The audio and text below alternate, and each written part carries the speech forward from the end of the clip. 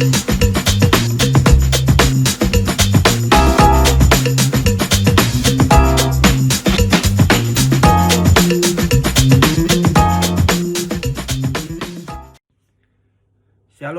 biarkanlah pada kesempatan saat ini kita sama-sama mendengarkan firman Tuhan tentang memendam dan mendekam. Hal ini berbicara tentang luka-luka yang menghambat dari dalam, seperti pohon yang digerogoti dari dalam, seperti rumah reyot yang mudah ambruk. Kalau seandainya luka itu ditanam, luka itu dipendam, luka itu disimpan dalam-dalam, luka itu dikubur, luka itu dibiarkan, seolah-olah akan sembuh dengan sendirinya, tapi kenyataannya ada banyak luka yang menghambat dari dalam. Ada luka yang membelenggu kita dari dalam.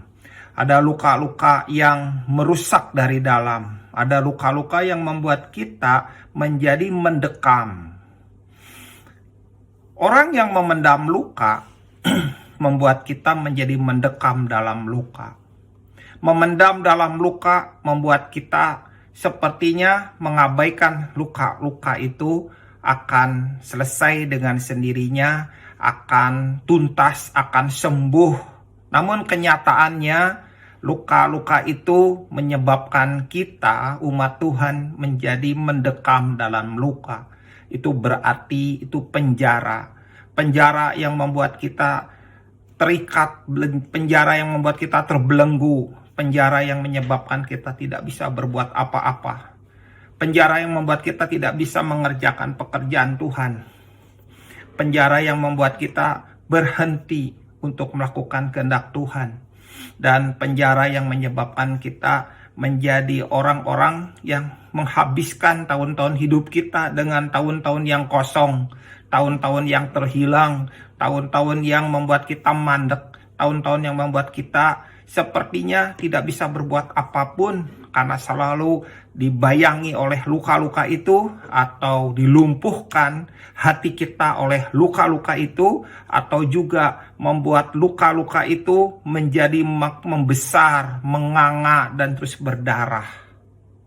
Karena itu kita melihat sekali satu fakta, banyak sekali orang yang berhenti karena luka. Banyak orang tidak bisa bergerak karena luka. Ada banyak orang membusuk karena luka. Dan luka-luka itu menjadi luka-luka yang menua di dalam hidup kita, yang membuat kita menjadi terseok-seok menjalani kehidupan hari-hari kita, yang menyebabkan kita tertatih-tatih dalam menjalani hidup kita, dan membuat kita mempunyai kehidupan yang compang-camping dan gak tahu arah. Yang jelas hanya luka, dan luka itu yang menggigit setiap hari, dan taring-taringnya semakin hari semakin menancap, dan kita gak berdaya dengan luka-luka itu.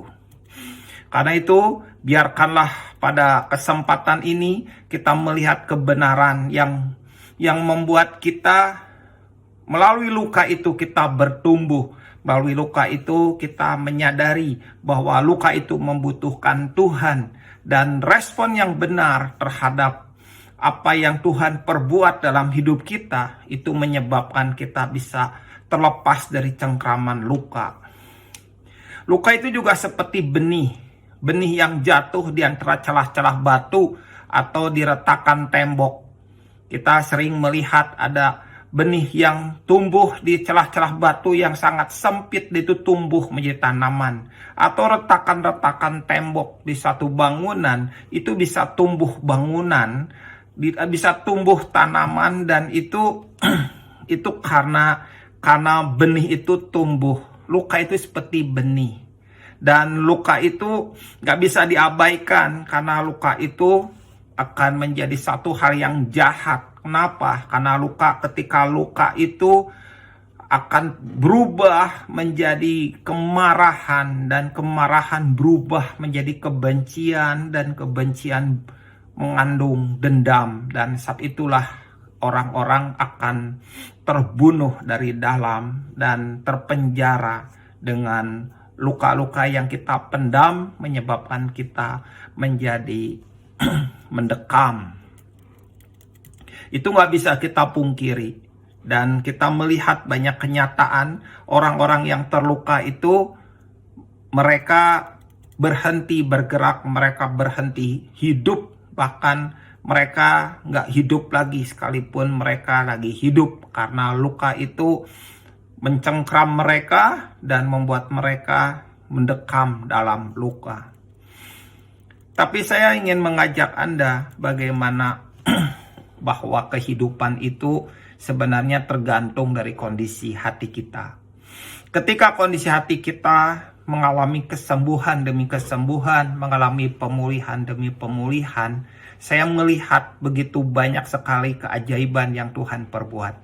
Saya melihat bagaimana orang-orang yang mengalami kesembuhan demi kesembuhan, dan itu adalah tahap ya, tidak langsung secara instan. Orang mengalami pemulihan demi pemulihan, dan itu adalah merupakan satu tahap demi tahap yang harus dilewatin, tidak secara instan. Dan saat itu juga orang itu mengalami satu kehidupan yang baru. Orang itu mengalami seperti pohon yang baru, yang tumbuh. Walaupun sebelumnya seperti pohon yang ditebang, sepohon yang tumbang, tapi akar-akarnya itu ketika mengalami anugerah Tuhan, pohon yang tumbang atau pohon yang ditebang itu menjadi pohon yang hidup, pohon yang tumbuh ranting-ranting yang baru, daun-daun yang baru, karena itu menjadi tanaman muda dan tanaman yang baru. Itu karena hati mereka, kondisi hati mereka yang dijamah oleh Tuhan. Dan saya melihat juga bagaimana orang-orang yang dijamah oleh Tuhan itu mereka mengalami satu pembaharuan demi pembaharuan. Itu seperti tongkat Harun yang ditaruh di hadapan Tuhan. Tongkat itu yang sudah mati, tongkat itu bertunas, dan tongkat itu bahkan mengeluarkan buah pohon badam.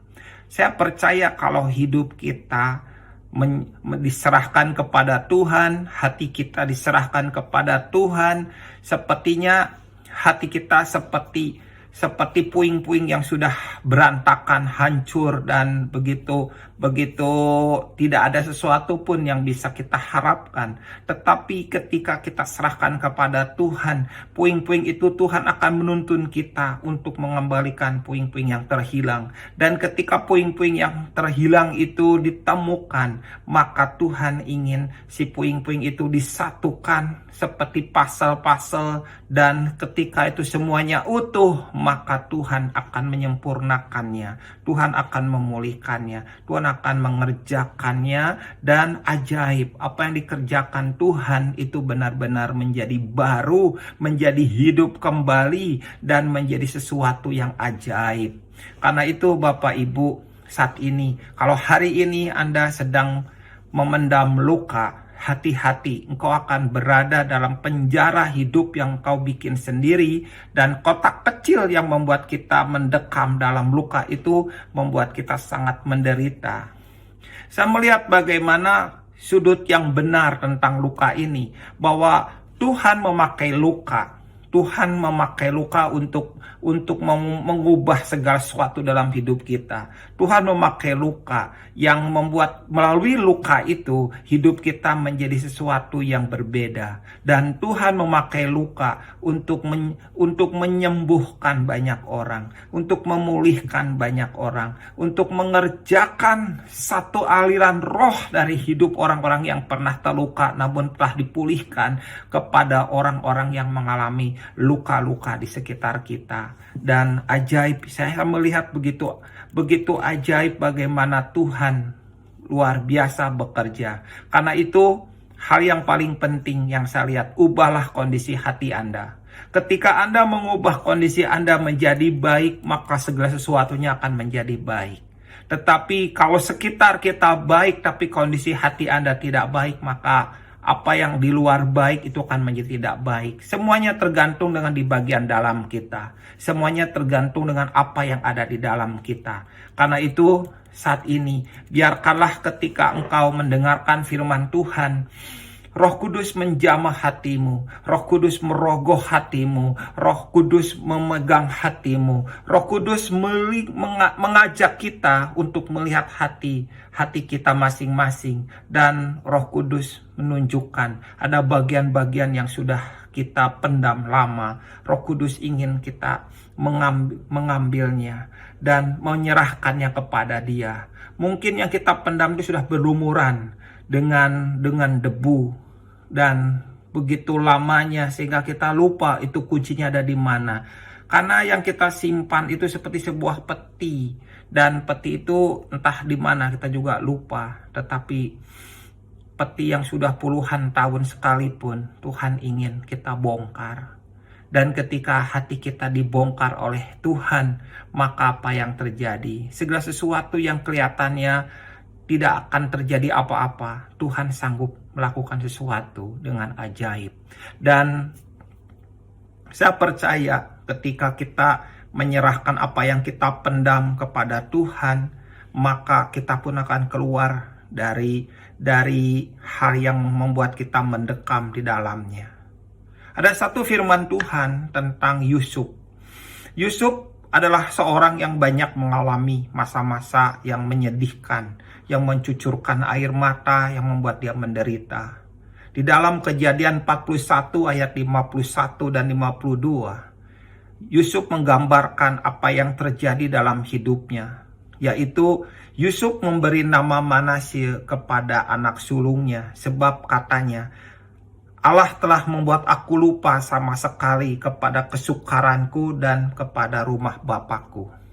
Apa yang dikatakan oleh Yusuf? Bahwa Yusuf tidak sedang melupakan sebenarnya semua peristiwa yang menghimpitnya, yang membuat dia menderita, yang membuat dia susah, yang membuat dia mengalami banyak kesakitan. Dia nggak pernah lupa.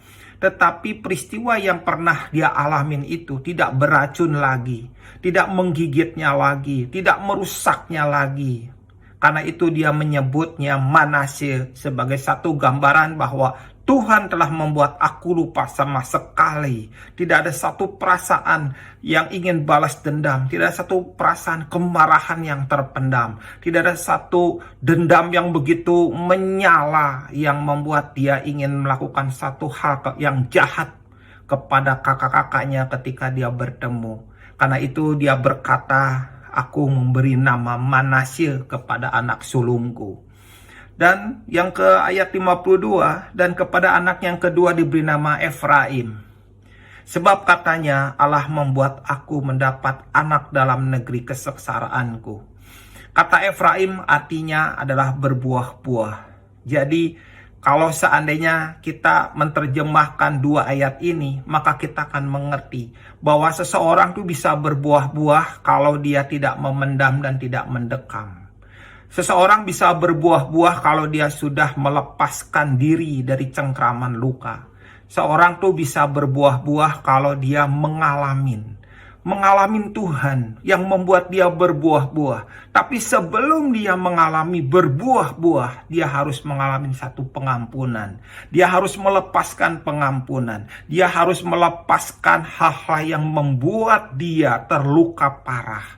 Dia harus disembuhkan. Dia harus mengalami pemulihan. Dia harus mengalami satu hati di mana hati dijamah oleh Tuhan. Dan itu yang menyebabkan seseorang bisa berbuah-buah. Kalau seseorang tidak pernah bisa berbuah-buah, maka dia harus melakukan tahap yang pertama.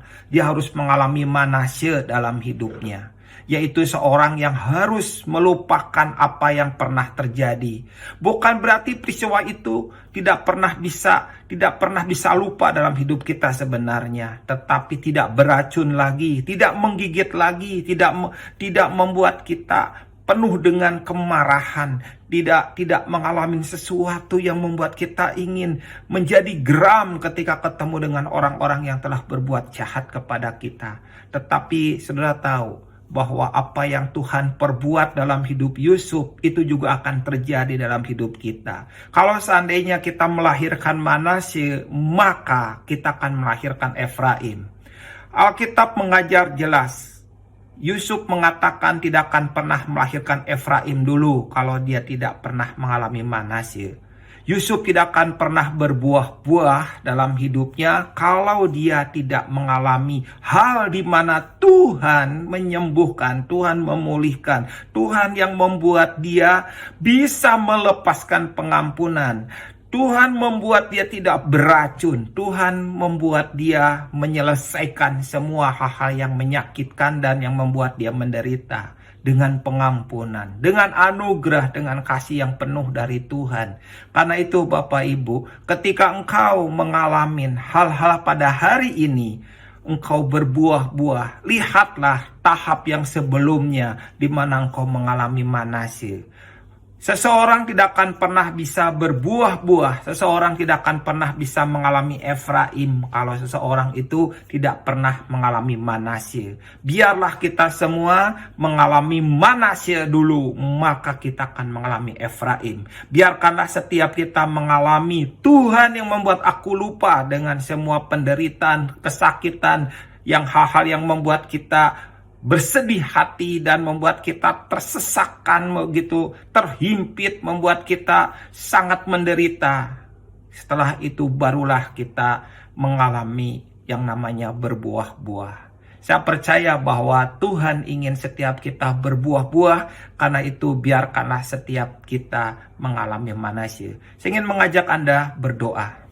Tuhan Yesus, biarkanlah pada saat ini Roh Kudus menjamah hati kami semua dan mengajar tentang luka dari hal yang benar, dari sudut yang benar, bukan dari sudut yang salah sehingga hati kami memendam dan mendekam, tetapi hati kami tidak memendam lagi karena kami keluarkan semua luka-luka yang ada dan kami serahkan kepada Tuhan. Biarkanlah kami pun keluar dari tempat yang membuat kami mendekam dan kami mengalami seperti yang Yusuf mengalami, yaitu mengalami Manasye dan mengalami Efraim, sehingga hidup kami berbuah-buah di hadapan Tuhan. Tolong kami Tuhan, dimanapun kami berada. Roh Kudus menjamah hati kami, mengajar kebenaran tentang memendam dan mendekam, supaya kami hidup terlepas dan dari cengkraman luka dan mengalami Manasye dan mengalami Efraim di hadapan Tuhan. Terima kasih Tuhan, di dalam nama Tuhan Yesus.